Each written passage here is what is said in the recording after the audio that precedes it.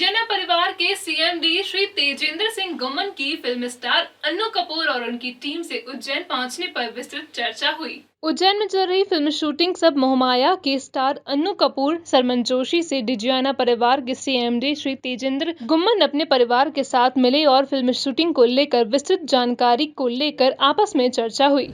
मध्य प्रदेश मेरे जन्म का प्रदेश है। मेरा जन्म भोपाल में हुआ है और उसके बाद ये पूरा मालवा अंचल, उज्जैन हो, सांवेर हो, इंदौर हो, कर्नावत हो, आगे निकल जाएंगे तो सुसनेर हो, खातेगांव हो, कांटाफोड़ हो, हाटपिपलिया हो, देवास हो, अशोकनगर, गुना, ये सब मेरी कर्मभूमि रही है। मुझे बहुत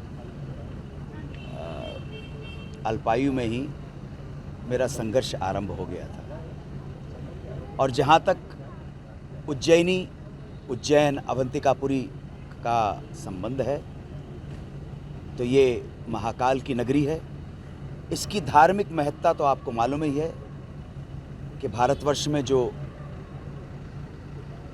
12 ज्योतिर्लिंग हैं उनमें महाकाल का विशेष महत्व किस लिए है, आप सब इससे अच्छी तरह से परिचित होंगे। उज्जैनी नगरी में महाकाल विराजमान हैं। इसके अलावा इस नगरी का एक सांस्कृतिक जो महत्व है वो ज़रूर आप तक पहुंचाना चाहूँगा। इसी उज्जैनी नगरी में हुए महाकवि कालिदास और इसी उज्जैनी नगरी में उनसे भी पहले यहीं कहीं गहन गुफाओं के अंदर महाराजा भृथरी ने श्रृंगार शतक की रचना कर समस्त विश्व को श्रृंगार रस से परिचित करवाया, ऐसा शास्त्रों में कहा गया है। उससे पहले श्रृंगार या श्रृंगार रस अपनी समग्रता को कभी प्राप्त नहीं हुआ था।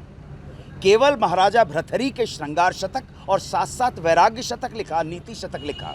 इसलिए उज्जैनी नगरी का सांस्कृतिक और साहित्यिक महत्व भी जो है वो पूरे विश्व में अनोखा है, निराला है, अनूठा है।